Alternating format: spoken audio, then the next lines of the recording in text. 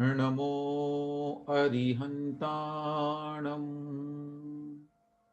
नमो सिद्धाणम् नमो आयर्याणम् नमो उवज्झायाणम् नमो लोये सौवसाहूणम्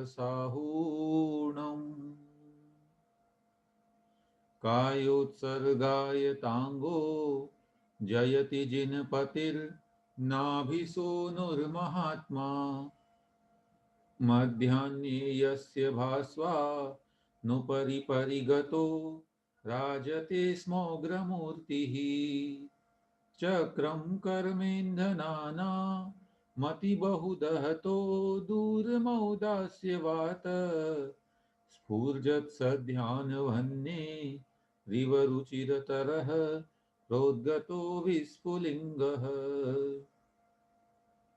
बोलिए पंच परमेष्टि भगवान की जय।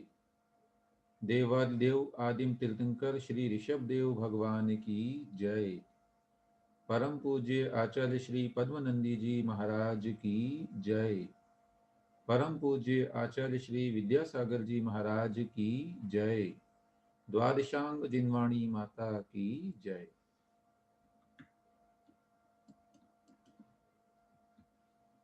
पद्य क्रमांक 189 से हमें पढ़ना है। धर्म का महत्व कितना महान है इस बात को जानना है। उच्चारण के लिए कोई भी एक अनम्यूट कर लीजिए।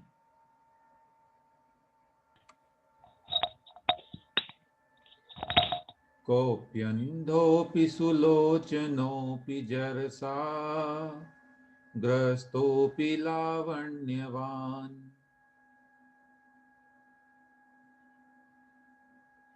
कोई पढ़ रहे थे शायद रेडमी फोन से। मैं पढ़ूं फिर भैया जी? कोई नहीं पढ़ रहा तो? नहीं, अगर पढ़ना चाहते हैं तो ठीक है, अदरवाइज मैं नहीं पढ़ूंगा। और कोई, मैंने तो कल भी पढ़ा था, किसी और को पढ़ना हो तो कोई आगे आया नहीं ना, इसीलिए मैं बोली। चलिए ठीक है। नविता जी पढ़ रहे हैं। कोऽप्यन्धोऽपि सुलोचनोऽपि जरसा ग्रस्तोऽपि लावण्यवान्। कोऽप्यन्धोऽपि सुलोचनोऽपि जरसा ग्रस्तोऽपि लावण्यवान्। निःप्राणोऽपि हरिर्विरूपतनुरप्याघुष्यते मन्मथः। निःप्राणोऽपि हरिर्विरूपतन्नुरप्याघुष्यते मन्मथ। उद्योगोज्झित भेज आधा इधर आएगा कि इधर? नहीं, रह तो उधर ही आएगा, आधा पर आप कहीं भी ले सकते हैं। उद्योगोज्झित चेष्टितोऽपि नितरा मालिङ्ग्यते च श्रिया। उद्योग्योज्झितचेष्टितोऽपि नितरा मालिङ्ग्यते च श्रिया। पुण्यादन्यमपि प्रशस्तमखिलं जायेत यद्दुर्घटम्। पुण्यादन्यपि प्रशस्तमखिलं जायेत दुर्घटम्। अंतिम पंक्ति में पहला शब्द पुण्यादन्यमपि। हाँ, चलिए अब पुनः पढ़ता हूं मैं। कोऽप्यन्धोऽपि सुलोचनोऽपि जरसा ग्रस्तोऽपि लावण्यवान्। निप्राणोऽपि हरिर्विरूपतनुरप्याघुष्यते मन्मथः। उद्योगोज्झितचेष्टितोऽपि नितरा मालिङ्ग्यते च श्रिया। पुण्यादन्यमपि प्रशस्तमखिलं जायेत यद्दुर्घटम्। को अपि, कः अपि, अंधः अपि सुलोचनः अपि जरसाग्रस्तः अपि लावण्यवान निःप्राणः या निष्प्राणः अपि हरिः विरूपतनुः अपि आघुष्यते मन्मथः उद्योग उज्झित चेष्टितः अपि नितराम आलिंग्यते च श्रिया पुण्यात् अन्यत अपि या अन्यम अपि लिखा है ऊपर प्रशस्तम अखिलम जायेत यत दुर्घटम। पुण्य का प्रभाव बताते हुए कह रहे हैं पुण्यात माने पुण्य से, कह अपि अंधः कोई अंधा व्यक्ति भी सुलोचनः अर्थात सुंदर लोचन वाला सुंदर नेत्रों वाला बन जाता है। आगे लिख रहे हैं जरसा ग्रस्तः अपि, जरा मतलब होता है वृद्धावस्था बुढ़ापा, तो वृद्धावस्था से ग्रसित कोई व्यक्ति है वह भी लावण्यवान बड़ा सुंदर हो जाता है, सौंदर्यवान हो जाता है। निष्प्राणः अपि जिसमें प्राण नहीं बचे अर्थात जो अत्यंत क्षीण हो गया है कमजोर हो गया है वह भी हरिही अर्थात शेर के समान बलवान हो जाता है। हरि शब्द के कई अर्थ होते हैं उनमें से एक अर्थ शेर भी होता है, तो सिंह के समान शेर के समान वह बलशाली बन जाता है। विरूप तनुहु अपि अर्थात जिसका तनु माने शरीर बड़ा ही विरूप है कुरूप है अर्थात जो सुंदर नहीं है वह व्यक्ति भी मन्मथः आगुष्यते कामदेव कहलाता है। आगुष्यते माने उसको घोषित किया जाता है, उसको बताया जाता है क्या, मन्मथः अर्थात कामदेव। उद्योग उज्झित चेष्टितः अपि कोई व्यक्ति जिसने उद्योग यानी परिश्रम या पुरुषार्थ जो है उसमें उज्झित चेष्टितः अपनी चेष्टा करना छोड़ दिया है, किसी प्रकार का पुरुषार्थ नहीं करता बैठा रहता है, फिर भी श्रिया नितराम आलिंग्यते लक्ष्मी के द्वारा वह निरंतर चाहा जाता है अर्थात निरंतर उसकी लक्ष्मी वृद्धि को प्राप्त होती रहती है। ये सब क्यों होता है, पुण्यात अर्थात पुण्य के उदय से। और कह रहे हैं पुण्य से अन्यत अपि अन्य भी अखिलम प्रशस्तम जायेत सब कुछ प्रशस्त कार्य हो जाते हैं, सभी अच्छे काम हो जाते हैं। जो कैसे होते हैं, यत दुर्घटम जिनका होना बड़ा मुश्किल है, कठिन से कठिन ऐसे दुर्घट कार्य भी पुण्य के प्रभाव से आसानी से हो जाते हैं। सो यह पुण्य का महत्व है, धर्म का महत्व है। इसलिए भव्य जीवों को ये चाहिए कि वे पुण्य की आराधना करें। भावार्थ में या इसका समय की तरफ एक बार देखें, कह रहे हैं कि पुण्य के उदय से अंधा भी सुलोचन कहलाता है, पुण्य के उदय से ही रोगी भी रूपवान कहलाता है। जरसाग्रस्त है अर्थात वृद्ध व्यक्ति या यहाँ रोगी लिया है, रोगी भी रूपवान कहलाता है। और निर्बल भी पुण्य के उदय से सिंह के समान पराक्रमी कहा जाता है, तथा पुण्य के ही उदय से बदसूरत भी कामदेव के समान सुंदर कहा जाता है। और पुण्य के ही उदय से आलसी को भी लक्ष्मी अपने आप आकर वर लेती है। विशेष कहाँ तक कहा जाए, जो उत्तम से उत्तम वस्तु संसार में दुर्लभ कही जाती है वे भी पुण्य के उदय से सब सुलभ हो जाती हैं। इसलिए भव्य जीवों को सदा पुण्य का ही आराधन करना चाहिए। व्यवहार में या जब तक हम श्रावक अवस्था में हैं तब तक हमें पुण्य का उपार्जन अवश्य करना चाहिए, पापों से बचना चाहिए और पुण्य की ओर बढ़ना चाहिए। जब इससे ऊपर की भूमिका आएगी तब पुण्य को भी है कहा जाएगा, लेकिन जिस भूमिका में श्रावक हैं वहां पुण्य कार्य करने ही पड़ेंगे। कोई जिज्ञासा हो तो पूछ सकते हैं।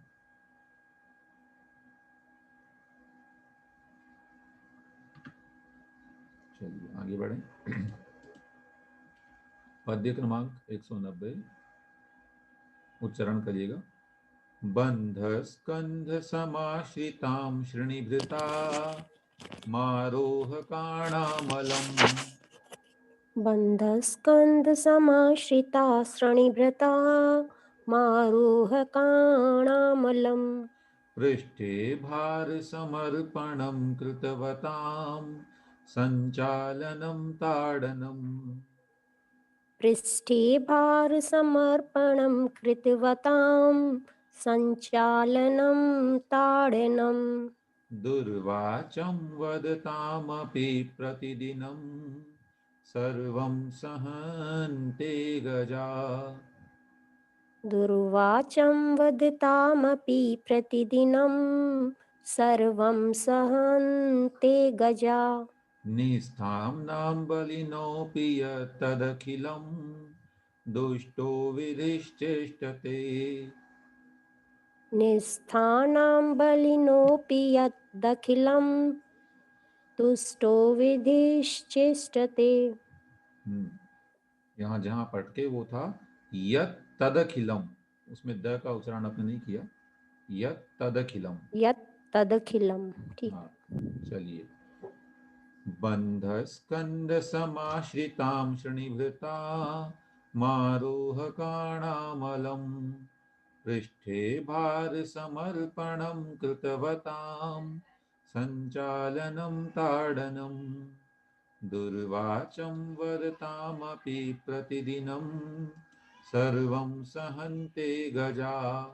निस्ताम्नां बलिनोऽपि यत्तदखिलं दुष्टो विधिश्चेष्टते। बंध स्कंध समाश्रितां श्रृणिभृताम् आरोहकाणाम् अलम पृष्ठे भार समर्पणम कृतवतां संचालनम ताडनम। दुर्वाचं वदताम् अपि प्रतिदिनं सर्वं सहन्ते गजाः। निस्थाम्नां बलिनः अपि यत् तत् अखिलं दुष्टः विधिः चेष्टते। क्या कह रहे हैं? बंध स्कंद समाश्रिताम, पहली बात तो ये समझ लें, पिछले काव्य में हमको पुण्य की महिमा बताई थी, यहाँ पर पाप का प्रभाव बताया जा रहा है कि पाप कैसे प्रभाव करता है। सो कह रहे हैं बंध स्कंद समाश्रिताम, बड़े ही मजबूत हैं जिसके स्कंद यानी कंधे, उनके ऊपर समाश्रिताम यानी जो चढ़े हुए हैं। हाथी की दशा का वर्णन किया जा रहा है। सो हाथी के कंधों पर जो बैठ गए हैं, कौन? महावत। तो उनकी बात कर रहे हैं कि बंद स्कंद समाश्रिताम, अर्थात बड़े ही मजबूत कंधों पर जो चढ़ गए हैं। श्रेणी भ्रताम, जिन्होंने अपने हाथ में, श्रेणी मतलब होता है अंकुश, जो नुकीला सा होता है, वह अंकुश उन्होंने धारण किया हुआ है। ऐसे आरोहकाणाम, अर्थात जो उनके ऊपर चढ़ने वाले हैं, जो महावत हैं, उन महावतों का अलम यानी बहुत अधिक, पृष्ठे भार समर्पणम, पीठ पर भार लादना, और कृतवताम अर्थात कर रहे हैं जो, संचालनम यानी संचालन, है ना, उनका संचालन करना। और क्या करना? ताड़नम अर्थात निरंतर उनको ताड़ना, पीटना, मारना बारी बारी से उनको। और क्या करते हैं? दुर्वाचम वदताम, दुर्वचन बोलने वाले, निरंतर उसको गाली गलौज, गंदी भाषा से बात करना, उसको खोटी खरी सुनाना, ये इसके बावजूद भी प्रतिदिनम इन सबको सर्वम सहनते गजाहा, हाथी जो है वो सब कुछ सहन करते हैं। कैसे हाथी हैं? सो नीचे की पंक्ति में बता रहे हैं। और कैसे वो महावत हैं? पहले महावत का विशेषण दे रहे हैं कि निस्थाम नाम, अर्थात जो बलहीन है, हाथी के समक्ष कुछ भी नहीं है उनकी शक्ति, लेकिन फिर भी बलिनः अपि गजाहा, और बलवान है हाथी, उसके बावजूद भी ये सब कुछ सहन करते हैं। तो ये क्यों है? तत् अखिलम, वह सब दुष्टः विधि ही चेष्टते, हमारा खोटा कर्म ही जो है ऐसा करवाता है। उस हाथी का पाप का जो उदय है वह ये सब करवाता है, जबकि वह उससे अत्यंत बलशाली है। हाथी चाहे तो उसे एक क्षण में पछाड़ दे, लेकिन फिर भी ऐसा नहीं होता। संसार में देखा जाता है कि महाबलशाली हाथी भी एक बिल्कुल छोटे से बालक जैसे महावतों के द्वारा भी जो है वश में कर लिया जाता है। सो यही यहाँ कह रहे हैं, देखें भावार्थ। यद्यपि महावत की अपेक्षा हाथी बलवान होते हैं, तो भी महावत उनको बांधते हैं, उनके ऊपर चढ़ते हैं, उनको अंकुश भी मारते हैं तथा उनकी पीठ पर बोझा भी लादते हैं और उनको अपनी इच्छानुसार चलाते हैं और भी ताड़ना करते हैं और प्रतिदिन उनको गाली भी देते हैं। उन हाथियों को ये सब बातें सहन भी करनी पड़ती हैं। सो ये क्यों है? इसी प्रकार उत्तम पुरुषों पर नीच पुरुष भी अपना प्रभाव डालते हैं। इसलिए आचार्य कहते हैं कि ये समस्त चेष्टाएं दुष्ट कर्म की हैं, अर्थात पाप के द्वारा ही ये सब बातें होती हैं। इसलिए भव्यों को चाहिए कि वे सदा पुण्य का ही उपार्जन करें तथा पाप का नाश करें। ठीक है ना? तो ये संसार की दशा है पाप के उदय से।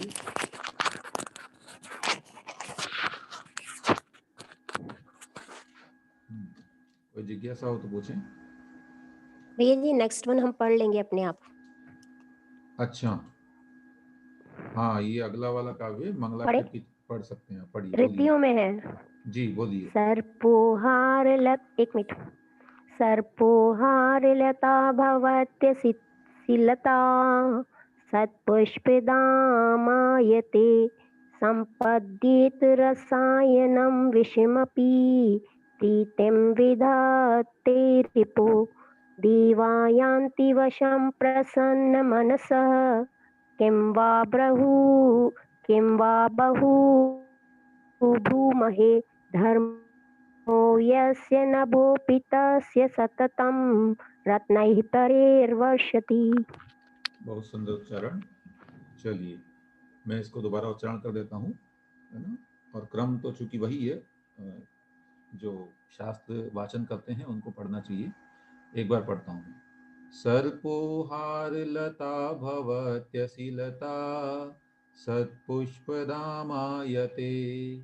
संपद्येत रसायनं विषमपि प्रीतिं विधत्ते रिपुः देवायान्ति वशं प्रसन्नमनसः किं वा बहु ब्रूमहे धर्मो यस्य नभोऽपि तस्य सततं रत्नैः परैर्वर्षति। ये पद्य आपने मंगलाष्टक के उच्चारण में सुना होगा। हाँ भैया जी, ये पढ़ा हुआ है, आपका जी। ही पढ़ाया हुआ है, इसका अर्थ भी समझाया हुआ है। हाँ हाँ, मंगलाष्टक के क्रम में हमने समझाया था। और हाँ मंगलाष्टक में अंतिम पंक्ति थोड़ी सी डिफरेंट है। वो वहाँ हाँ, ऐसा थोड़ी है सी कि चेंज है बस। वहाँ ऐसा पढ़ते हैं, धर्मादेव नभोऽपि वर्षति नगैः कुर्वन्तु मे मंगलम। हाँ तो बेसिकली ऐसा प्रतीत होता है कि ये यहाँ इस ग्रंथ का मूल पद्य है। और चूंकि मंगलाष्टक की तो रचना किसके द्वारा की गई है ये अभी तक ज्ञात नहीं है। कई विद्वानों ने उसको संकलित रचना बताया है और कुछ स्थानों पर ऐसा भी है कि संकलित तो नहीं है तो वो अपनी किसी कवि की रचना, लेकिन उसके कुछ पद्य मूल वाले जो थे वो हट करके दूसरे जुड़ते गए। जैसे हमने भी देखा उसमें एक पद्य हमने पढ़ाया भी था आप लोगों को कि एक पद्य उसमें ऐसा था जिसमें देवी देवताओं की वंदना की गई थी, जो 4 प्रकार के देवता होते हैं उनमें से। सो उस पद्य को नहीं पढ़ा जाता है और शायद उसके स्थान पर ये जोड़ दिया गया हो उसमें, क्योंकि जैनागम में जो है देवों की वंदना को स्वीकार नहीं किया गया। इसी प्रकार भैया से जी, वो नहीं पढ़ना चाहिए क्या? देव्योष्टो जय जयादिका दिगुणिता विद्यादिका देवता। हाँ हाँ हाँ, उसमें फिर उनसे मंगल की कामना का मतलब सामान्य से मंगल करना रख सो, लेकिन अगर पूजा विधि के अंदर उनको स्वीकार करते हैं या पुष्प समर्पण और अर्घ्य समर्पण करते हैं तो वो ठीक नहीं माना जाता। तो महाराज जी ने अच्छा। हमको जो बताया है, या बेनाडा जी साहब हमको जो पढ़ाते थे, तो हाँ हाँ, वो हमको उसको नहीं पढ़ा करके इसी को उन्होंने बताया हमें। अच्छा ठीक है भैया जी। भैया जी एक बात और है, महाराज जी साहब ऐसा भी बताते हैं कि अरिहंतो भगवंत इंद्र महिता वाला नहीं पढ़ना चाहिए, श्रीमन नम्र सुरा सुरेंद्र मुकुट से शुरू करना चाहिए। ऐसा हाँ, क्यों? क्योंकि अगर मूल रचना की बात की जाए तो वो श्रीमन नम्र से ही शुरू है। अरहंतो वाला कैसे जुड़ा इसका तो इतिहास पूरा तो नहीं पता, पर हमारा ये अनुमान है।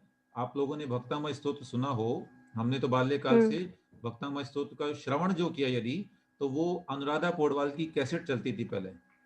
ना, जिसकी लय हम आजकल बोलते हैं, उसी लय में जो है वो गाया उसने, और वही जगत प्रसिद्ध रहा। उसी के अंदर अंत में जब वो भक्तामृत पूर्ण होता था, तो वहां वो मंगलाष्टक का ये जो अरहंतो वाला पाठ है वो बोलती है उसमें। वो श्वेतांबर परंपरा में वो पाठ चलता है ज्यादा। जैसे अभी हम कभी जाते हैं श्वेतांबर संगोष्ठी इत्यादि में भी, तो वहां मंगलाचरण में उसी को बोलते हैं वो प्राय है ना, नमोकार मंत्र के साथ में। बल्कि नमोकार भी नहीं बोलते हैं, लेकिन वो अवश्य बोलते हैं वो लोग, जो भी कारण हो। अब दूसरा बात उसमें ये है कि अरहंतो वाला जो श्लोक है और श्रीमन्नम्र वाला श्लोक है, दोनों का मीनिंग सेम है। दोनों बिल्कुल एक सेम है, ही हाँ। हाँ पंच परमेष्टि की आराधना करते हैं उसमें। तो फिर वो द्विरुक्ति दोष जी। या पुनरुक्ति दोष उसको कहते हैं कि एक ही स्तोत्र में जो है एक ही जैसा वर्णन दो बार नहीं किया जाता है। और इससे ये भी सिद्ध है कि वह मंगलाष्टक का मूल पाठ नहीं है, वो बाद में ऐड किया गया है ना, क्योंकि लोगों की जबान पर आ गया तो उसको लोग बोलने लगे, इसलिए वो जोड़ दिया गया है। आप पुरानी पुस्तकों में देखेंगे, जिनवाणियों में, यदि जैसे उसमें मिलता है। भारतीय ज्ञानपीठ की पुस्तक में देखेंगे तो उसमें अरहंतो वाला है ही नहीं मूल में, वहां श्रीमन्नम्र से ही शुरू होता है मंगलाष्टक, है ना। तो ये जी। इसके और कारण ये है। पर भैया सर्पहार जब लता मुंह वाला में भी पड़ गया याद वही है तो क्या करें, हमेशा वही शुरुआत में बोला जाता है। मैं बोलता हूँ एक मिनट। हाँ, बोलने में दोष नहीं है, उसको पृथक मंगलाचरण मान करके बोल लें, मंगलाष्टक का मूल पाठ अच्छा मान करके न बोलें। अच्छा हाँ, मंगलाष्टक जब भी बोलें श्री मनम्र से ही बोलें, बाकी आप सामान्य से अच्छा। मंगलाचरण करें, अच्छी बात है। तो जैसे अरहंतों की 4 लाइन पढ़ के पूजा प्रारंभ कर दें। वो तो आपकी समय की अनुकूलता इत्यादि पर निर्भर करता है कि आप कितना पाठ पढ़ना चाहते हैं और कितना करना चाहते हैं, ये तो अलग चीज है। पूजा का हम नहीं कह सकते कि, क्योंकि पूजा विधि में तो फिक्स नहीं है ना। पूजा के लिए तो आचार्य ने ये भी लिखा मंगलाष्टक है, है। ये भी लिखा है आचार्यों ने कि पूजा विधि में तो आपको रोज नए पद्य बनाकर पूजा करनी चाहिए। अगर उसकी बात करते हैं तो ये अपनी अपनी क्षमताओं की बात है, इसलिए वो तो जिसकी जितनी क्षमता, जितना समय और जितना मन लगे उसके हिसाब से करना चाहिए। ठीक भी है जी। जी। हाँ, पद्य क्रमांक 193 उच्चारण, इसका उच्चारण तो हो गया, चलिए आगे बढ़ते हैं। सर्पः हार लता नहीं बोल रहे भवती असीलता सत्पुष्पदाम। कुछ कह रहे हैं क्या गुणमाला आंटी जी? नहीं नहीं, मैं कुछ नहीं बोल रही, है खुला रह गया मेरे। चलिए ठीक। सर्पः मैं हार तो लता। ये था कि अपने मंदिर में तो अपन दोनों ही बोलते हैं रोज। हाँ बोलते हैं, तो वहां पर 10 पद्य हो जाते हैं। मंगलाष्टक का मीनिंग है मंगल अष्टक, माने 8 काव्य बोलना, और अंत में जो है इत्थम श्री जे मंगलाष्टक वाला जो है वो पुष्पिका वाक्य। तो ऐसे टोटल 9 होने चाहिए, लेकिन अगर अरहंतों को ऐड करते हैं तो 10 हो जाते हैं, जबकि वो मंगलाष्टक तो में। हटा सकते हैं उसको। हाँ वो हटा सकते ये हैं वो उसको तो हटा सकते हैं, आप सबको एक बार समझा देंगे तो मंदिर में हटा देंगे। नहीं बोलने, सिंधी मन्नम से शुरू कर हाँ लेंगे। कह तो रहा हूँ, बोलने में दोष नहीं है, बस धारणा ऐसी बनाए कि ये अच्छा, मंगलाष्टक का पाठ नहीं है, ये ध्यान होना नहीं चाहिए। है। हाँ ये ध्यान रखना हाँ, चाहिए। चलिए। सर्पः हारलता भवती असीलता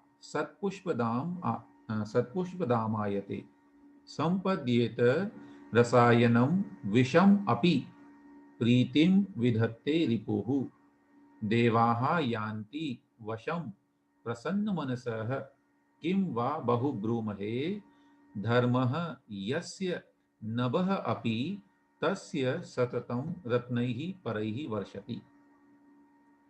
ये पद्य हम पढ़ रहे हैं, इतनी चर्चाएं हो गई है। थोड़ी सी एक बात और, ये सबसे अच्छा हमको पद्य लगता था पहले मंगलाष्टक जब पढ़ते थे, तो ये पद्य हमको इसलिए अच्छा लगता था क्योंकि जब तक गुरुजी ने हमें पढ़ाया नहीं था इस पद्य को, उससे पहले ही मंगलाष्टक बोलते बोलते हमको संस्कृत ज्ञान के आधार पर इसी पद्य का मीनिंग अपने आप समझ में आया था। बाकी तो हमको नहीं आते थे, लेकिन ये पद्य बड़ा आसान था, इसलिए हमें इसमें रुचि जाग गई कि बड़ा अच्छा पद्य है और अच्छा लगने लगा। देखें इसका मीनिंग। सर्पः हार लता भवती, सांप हार की लता बन जाता है, यानी हार बन जाता है। असी लता सत्पुष्प दामायते, तलवार की माला भी फूलों की माला बन जाती है, अर्थात कोई तलवार का प्रहार करे तो वह भी फूलों का हार बन जाता है।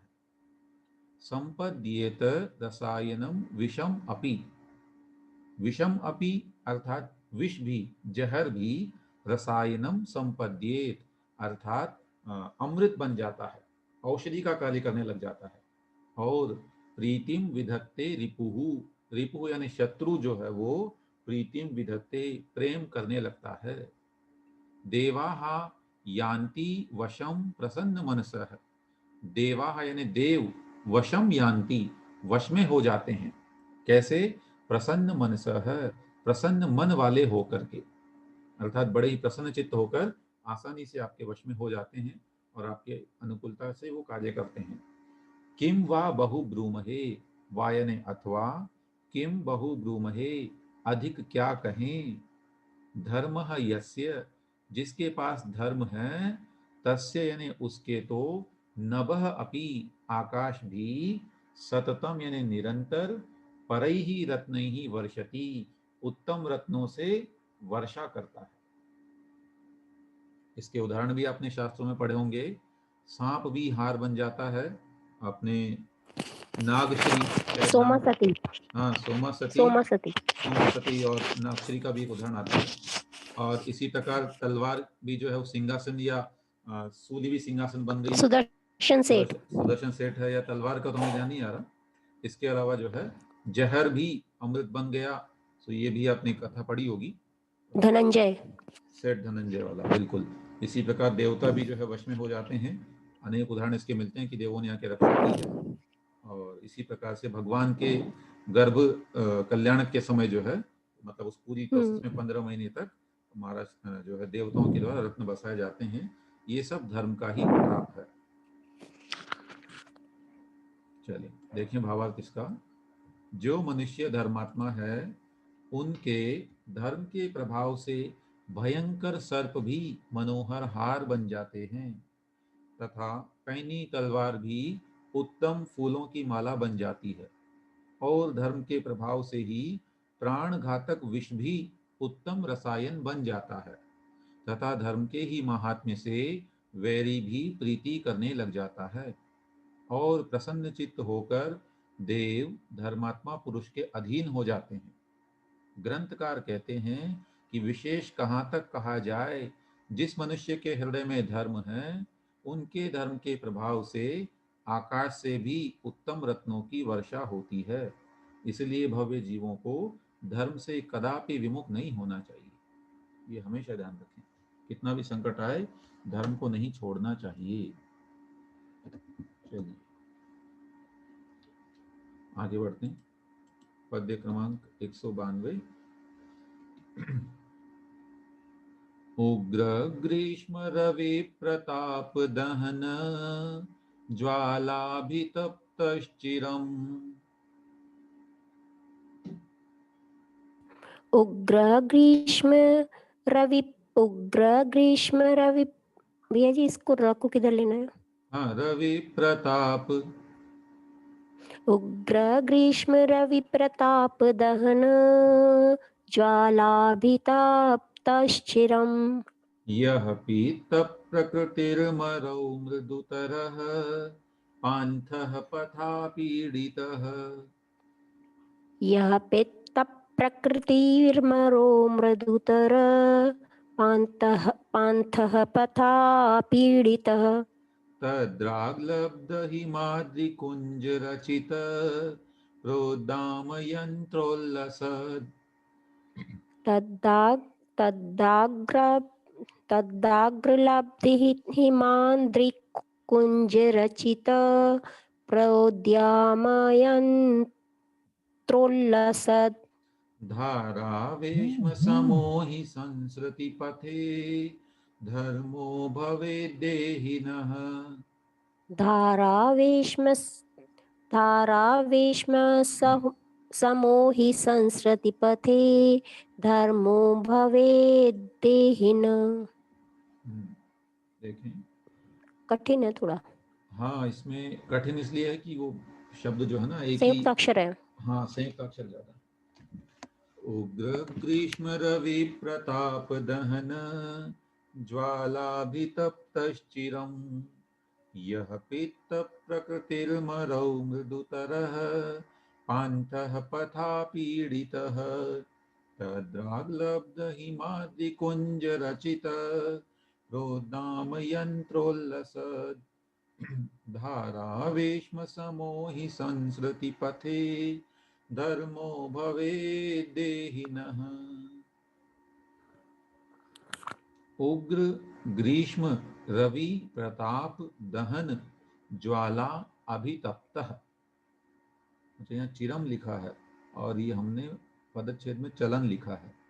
दूसरी पुस्तक में चलन शब्द था ऐसा, ठीक है। यह पित्त प्रकृति ही मरौ मृदुतरः पान्थः पथा पीड़ितः तत् द्राक लब्ध हिमाद्रि कुंज रचित रोदाम यंत्र उल्लसत धारावेश्म समः ही संस्कृति पथे धर्मः भवेद् देहि। कह रहे हैं एक उदाहरण के माध्यम से कि यह पांथः जो पथिक, जो राहगीर, उग्र अर्थात भयंकर प्रचंड गर्मी में रवि प्रताप, सूर्य के जो धूप है उसका जो प्रताप है उसके अंदर दहन ज्वाला अभितप्त है, जलाने वाली जो ज्वाला, उस समय ऊष्मा जो बह रही है, लपटें जो निकल रही है एक तरह से हवा के माध्यम से, उससे अभितप्त अर्थात बड़ा ही संतप्त है। और मरऊ एक शब्द आया इसमें ना, मरऊ मतलब मरुस्थल में, कल भी आया था ये।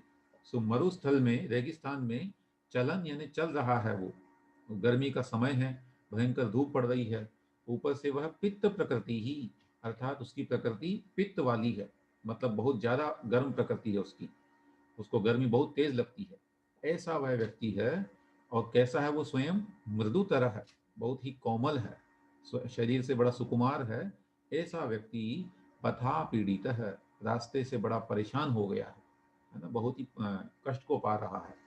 और यदि तत् यानी उसको, द्राक शीघ्र ही, जल्दी से, लब्ध हिमाद्रि कुंज रचित अर्थात मिल जाए, क्या मिल जाए?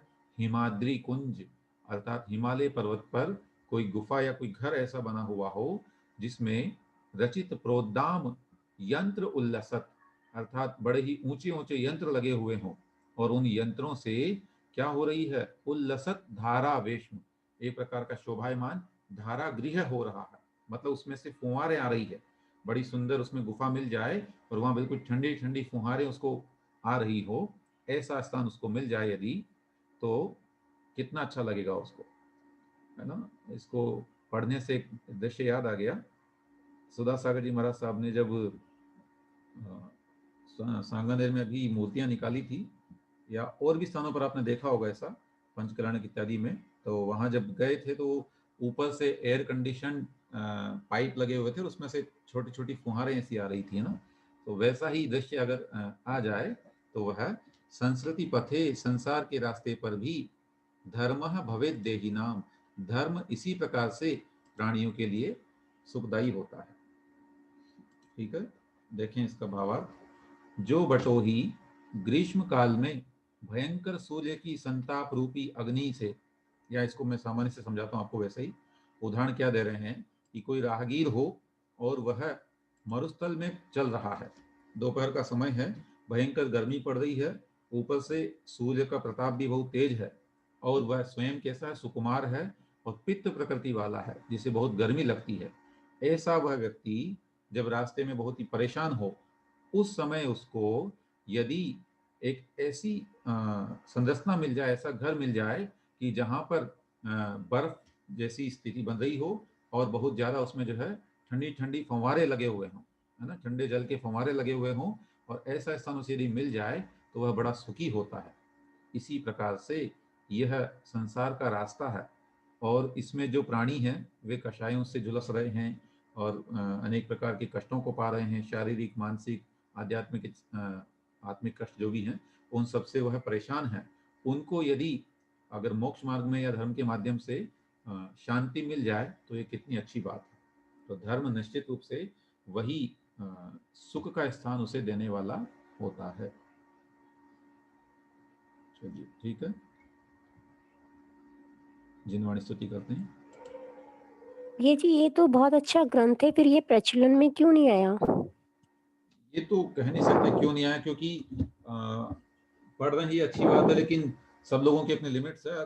धर्म में आदमी जल्दी संतुष्ट हो जाता है, मतलब संतोष मान करके कि हमने बहुत पढ़ लिया, एक दो ग्रंथ पढ़ने से लगता है कि अपना कल्याण हो गया है, इसलिए जो है वह आगे नहीं बढ़ पाता। यदि हम पढ़ें तो बिल्कुल पढ़ना चाहिए, और भी अनेक ग्रंथ हैं, है ना, हमारे ज्ञान में नहीं, क्योंकि हमने नहीं पढ़े हैं। अगर हम पढ़ेंगे तो निश्चित रूप से आनंद आएगा, शास्त्रों में बड़ा आनंद आता है ना। महाराष्ट्री लोग तो पढ़ते ही, उन्होंने पढ़ा हुआ है ग्रंथ कई बार, पर हम लोगों के सौभाग्य में नहीं, क्योंकि कम समय देते हैं हम दिनवाणी को, इसलिए। चलिए भैया जी इनके आचार्य है वीर नंदी जी महाराज। हाँ, आएंगे ना अभी आगे, मैंने भी पढ़ा, अंतिम कव्य में आएंगे वीर नंदी महाराज जी।